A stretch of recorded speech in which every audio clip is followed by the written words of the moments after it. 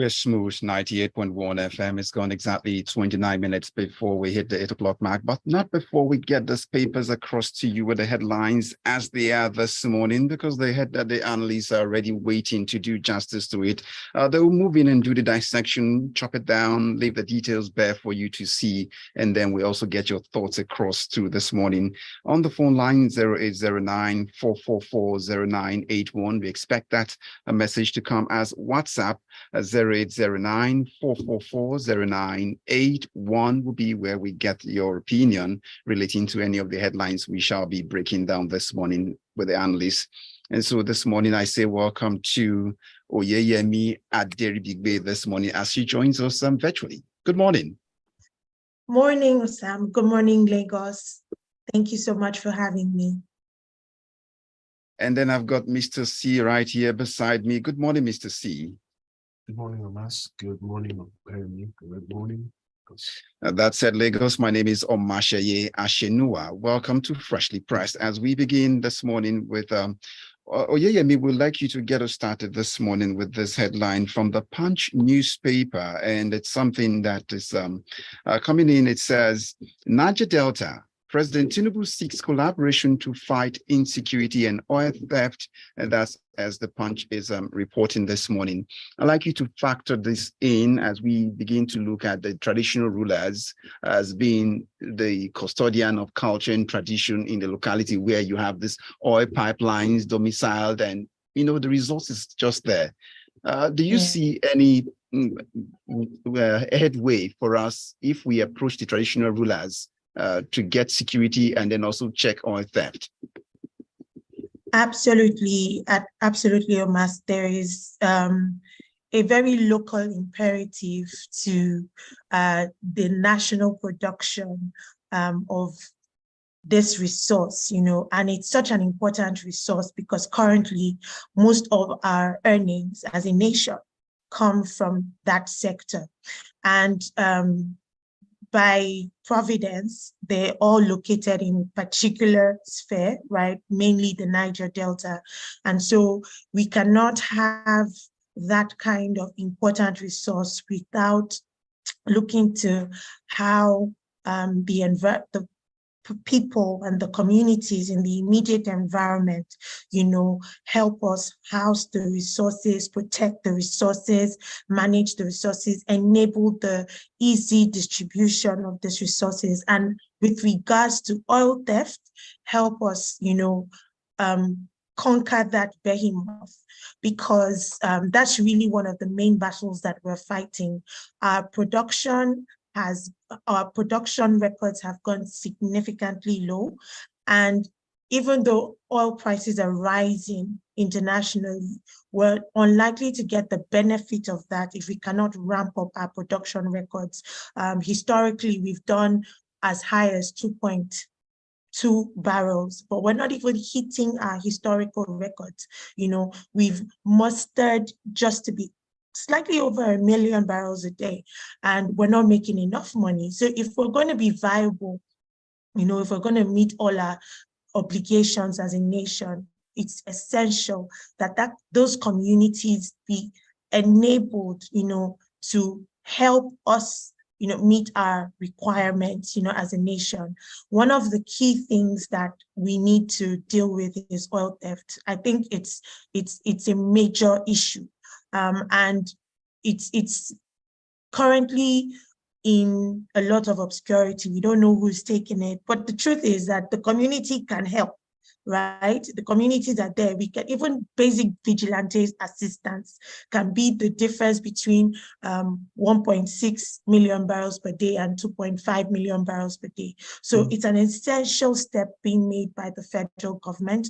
The Petroleum Industry Act already created a framework for how this can work, where exploring companies enter into contracts, you know, and trusts with host communities, with a view to develop those communities and make it us collaborate towards, you know, the efficient production both from environmental wise and certainly from this oil theft, issue as well, because production is not complete until it is transmitted properly, right? So I think that this is an essential conversation, and all arms must be on deck to execute it properly and get us over the brink.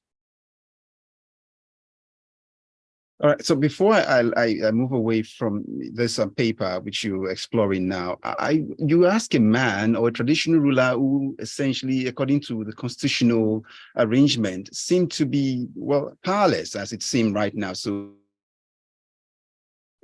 I think it would be naive of us to assume that they're powerless, right? Because the entire framework for protection, the entire framework for protection is not just based on positional authority, right? It's not because you're an officer or a state actor. Every citizen has a role to play in protecting our resources. So just simple espionage by a child has saved lives before. You've seen that in different ways. Communities can enable safety. And in fact, I think it's one of the best ways, when you bring on core stakeholders as the owners of the resources and managers of the resources, and also give them a sense of ownership, right? Helping them understand that they're stakeholders in it. They can push, us towards successful exploitation and, preservation of these resources. We know historically that these communities have been on the take, right? We know that on different levels, these communities have sort of sought to, I would like to be safe with the words I use, but in many cases, there have been reports of them frustrating, right, the successful exploitation of these resources. So bringing them on board as stakeholders and enabling them either by education, coaching them, exposure to the right resources, we deal with one of the core issues that are undermining our efforts in that regard. Thank you very much, Oyeyemi, Aderibigbe. As we move away to Mr. C this morning, Mr. C, I'd like you to look at the Nation newspaper with this headline. Reps plan 14 million out-of-school children program. That's what the Nation is reporting. And if the reps are doing this, would this be out of the duty, just oversight function, or is this, then what should the Ministry of Education be doing if this is what they are saying? So would there be a synergy somewhere? Take us through this paper. Okay, so thank you, Omas. So the House of Representatives Committee on Alternative Education has two plans, actually. The first plan is to reintegrate 14 million Nigerian children that are currently out of school and introduce them back into the education system. Then also ensuring that 16.5 million Nigerians are lifted out of poverty. Now, these are very lofty plans, and they plan to actualize these plans over 4 years. And they're speaking to a number of agencies, including the Commission for Omatseye. Now, this is a very bold plan, but again, very short on details. So, why are children out of school? If you pick 10 out of school children at random, at least 9 of them are out of school due to economic circumstances surrounding their families. So until you resolve those circumstances, you're likely not to get any much traction. Now, how do you lift people out of poverty? You need to understand why they're in poverty and why they're poor in the first place. So is it the absence of necessary life skills? Is it bad circumstances falling upon them? It's only when you understand why they're in that state, you can then begin to plan how to lift them out. Now, a committee on alternative education is not, in my opinion, is not the right forum, it's not the right medium through which people will be lifted out of poverty. They should focus on their mandate, which is education. Now, even with that, we have a shortage of teachers, qualified teachers nationwide. We have a shortage of properly equipped classrooms. We haven't dealt with those things. So you can't pick an item out of isolation and then say you're treating it. It has to be a complete circle. And two, as they in this story, there's no details suggesting they're liaising with the Ministry of Education, which is really interesting because if you have this grand plan, at some point you should have brought the officials from the Ministry of Education in. You should even have brought in people from the Universal Basic Education Commissions. You should also brought them in so that everyone will be on the same page. But it is a lofty idea, but I dare say the House of Reps by itself can't get this through. The equivalent committee in the Senate has to be on the same page. They have to get their colleagues on the same page. And then beyond that, these programs will require funding.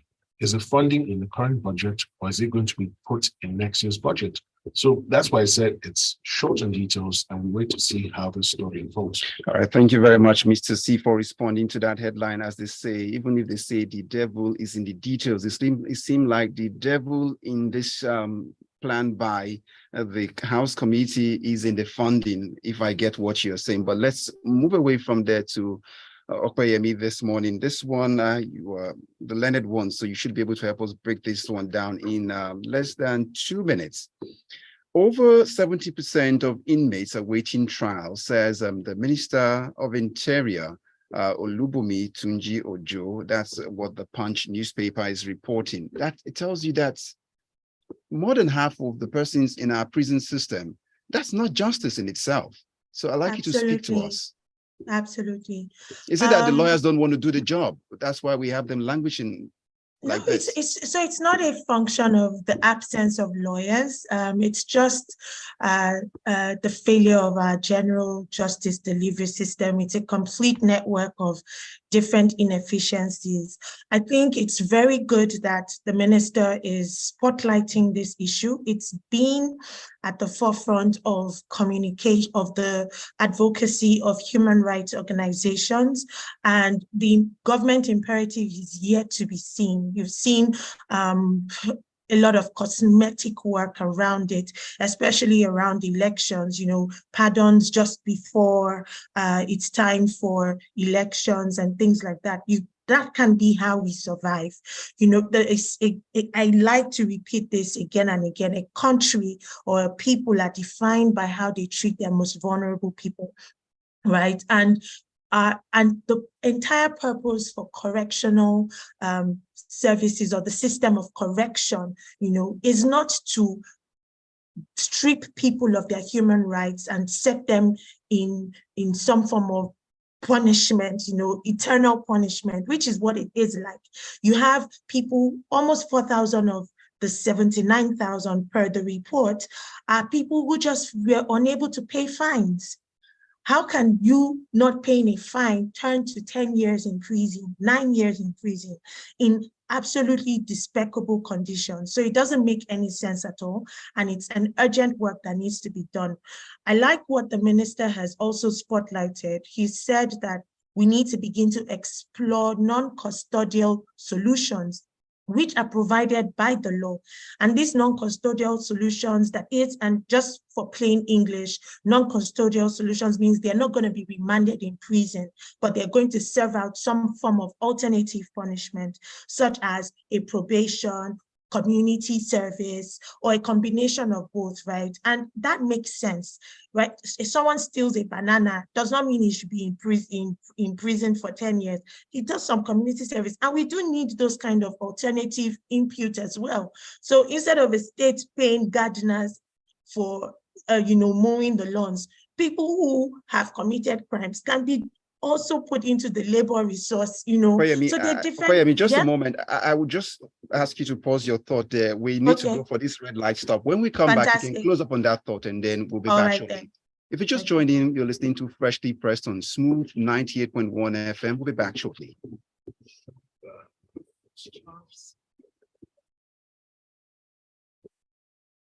For a reliable way to grow your money, let me tell you about ARM.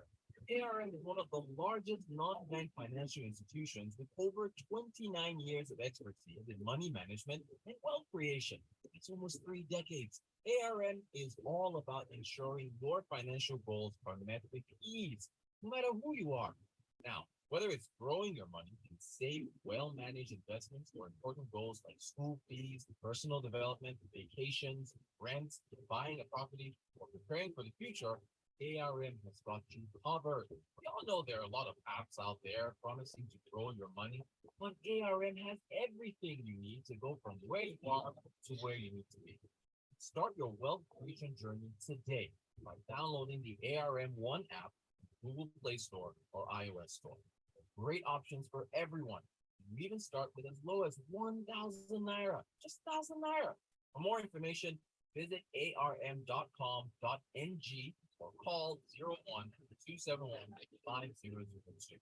That's 01-271-5002. ARM, let's face tomorrow together.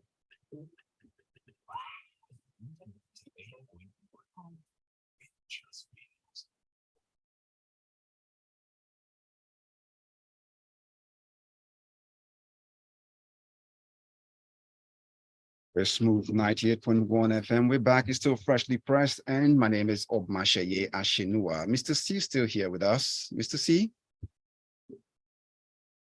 Hello. All right. I've got Oyeyemi still virtually hanging with us here. So Oyeyemi, you were going to conclude your thoughts just in less than a minute now, reacting to the Punch newspaper. Over 70% of inmates awaiting trial. That's what the minister is saying, but you say now they're working on the mechanism. So sum that up and then we can go to Mr. Yes. So I was saying that he's spotlighting non-custodial solutions as another outlet through which the glut in the prisons can be cured. And that's a very smart position to take. And maybe what we can do to accelerate that is set thresholds of, I mean, the law has different punishments for crimes, and judges and law enforcement agencies have certain room for discretion. So let that discretion be used, for the benefit and livelihood of the system. And the livelihood of the system is in dispensing justice in a reasonable way, right? And the reasonable way is enforcing the human rights. You can't incarcerate people for 10 years because they failed to pay a fine. It's totally despicable. And I think he's on the right path. It's not enough to talk about it. It's time to move and do things about it. And it would be good to see reports over the next few months and in the next few years of a complete solution framework for this. Well said there, crime and punishment, re-echoing the title of the Russian writer. Once again, crime and punishment, Dostoevsky, fed up, that's it. So, but let's get on to Mr. C. The Guardian newspaper says the United Nations General Assembly's 78th edition, Nigeria targets about 1 million job launches talent export program. Well, it seems a whole lot. The human, from this story, could this be it is time to pay attention to the human resource in abundance in this country, moving away from oil? Okay, thank you, Les. So yes, we have an urgent and incumbent need to diversify our source of foreign exchange, our source of revenue. And focusing on the human resource sector is actually one of the best ways to go. Now, yet again, we now have another bold declaration from this administration. It's one thing to issue a bold declaration. It's another thing to carefully outline the steps you're going to take to get there. Now we have the National Talent Export Program, which promises to deliver at least 1 million Nigerians for export to other countries within the next 5 years. So on the average, we're looking to have at least 200,000 Nigerians each year export their services and their knowledge, their experience to foreign clients. Now, this is a challenge they have. Any Nigerian who regards himself as a top talent will find a way, she will find a way of exporting her services independently of the government. So it then calls to question, what is the quality of the talent the Nigerian government is looking to export? Because the best of the best will always find their way independent on government. And two, government since 1960 has shown that it doesn't have the sustained ability and desire to grow businesses. The job of any government is to create an enabling environment. Now, where are you going to find this talent from? What areas are you looking at? Because we need to look at what the foreign markets actually need. Then we need to look at what are we generating here. So it's a big question, and it's something that we need to carefully set up beyond the bold declaration. Okay, when are we starting? What sectors are we looking at? Are we looking at computer engineering? Are we looking at robotics? Are we looking at nuclear physics? Are we looking at advanced physics? What exactly are we looking at? Entertainment, you failed to mention there too. We have a bundle of that. But even the entertainment, I'll be honest with you, right? Afrobeat is like an option.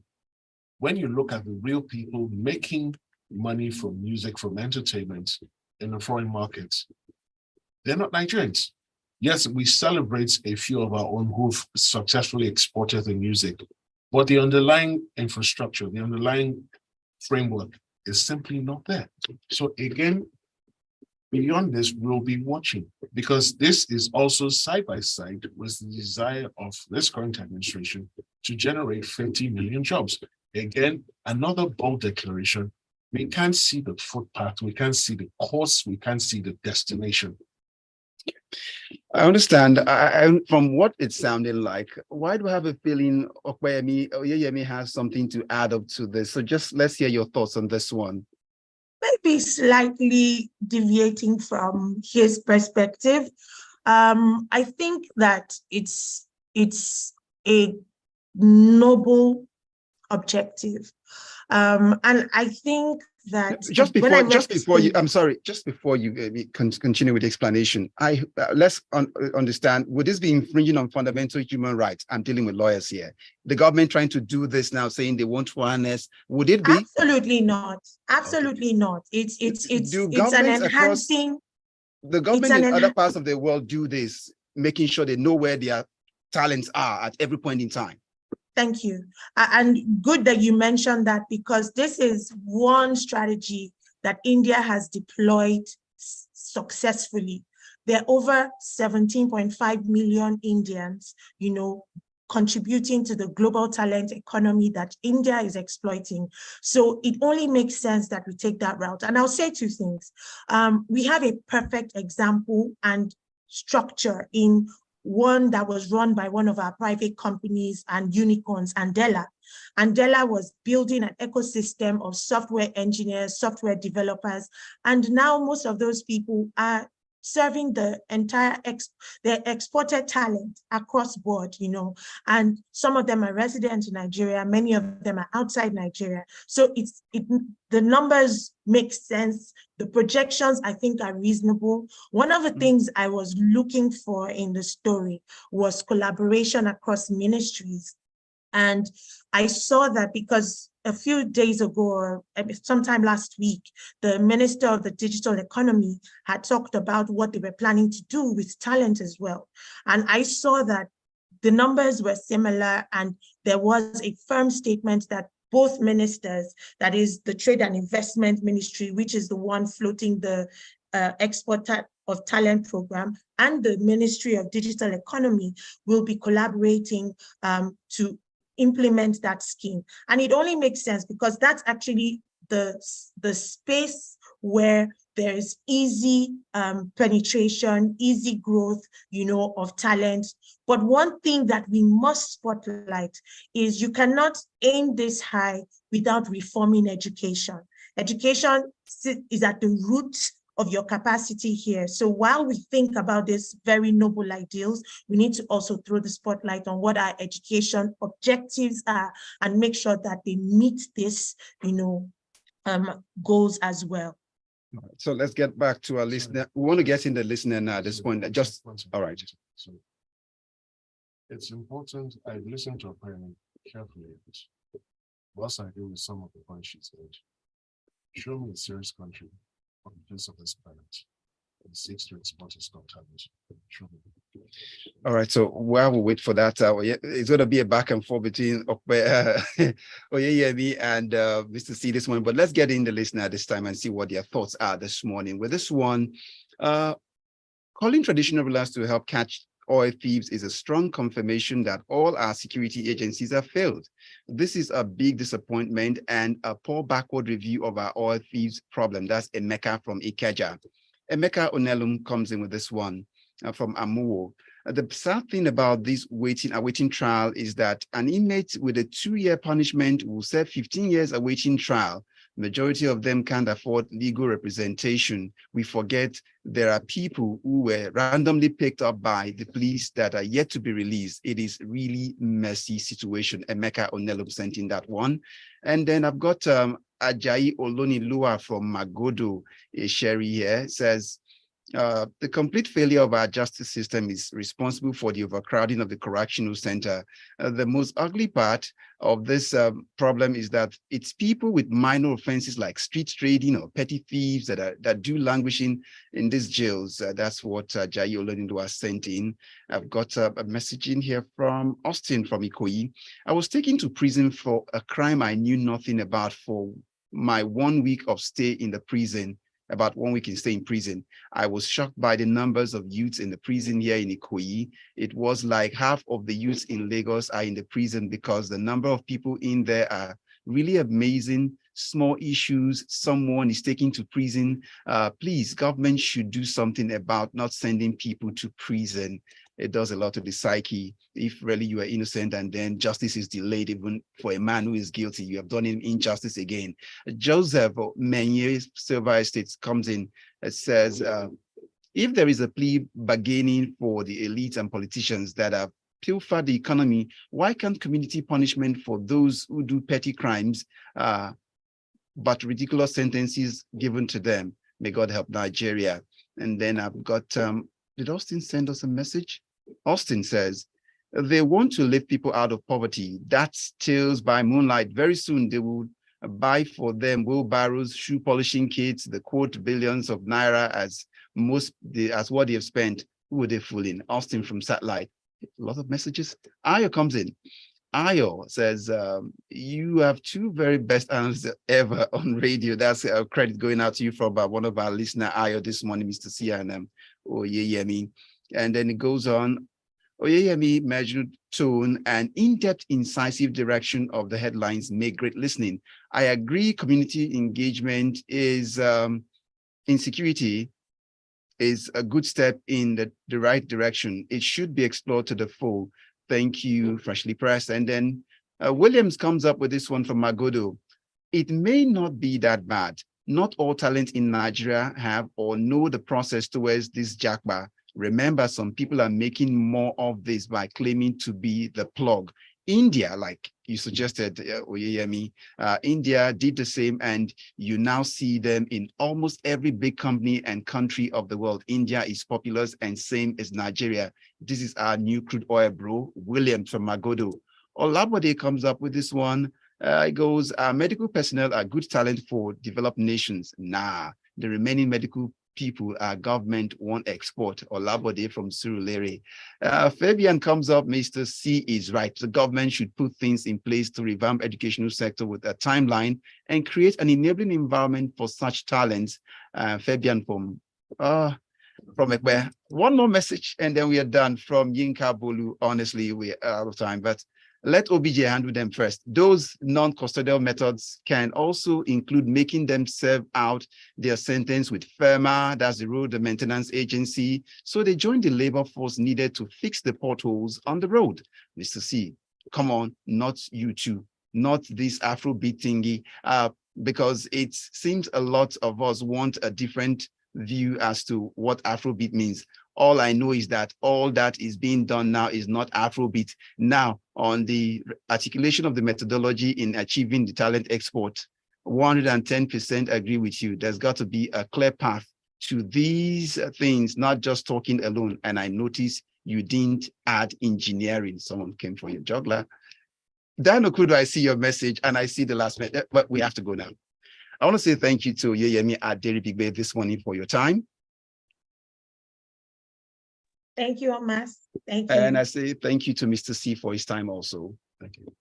And I say thank you to everyone who's been part of it, sending the messages, very engaging this morning. Do well to be part of the locker room at exactly 8:15 a.m. It's a good morning. My name is Omatseye Atsenuwa. Stories.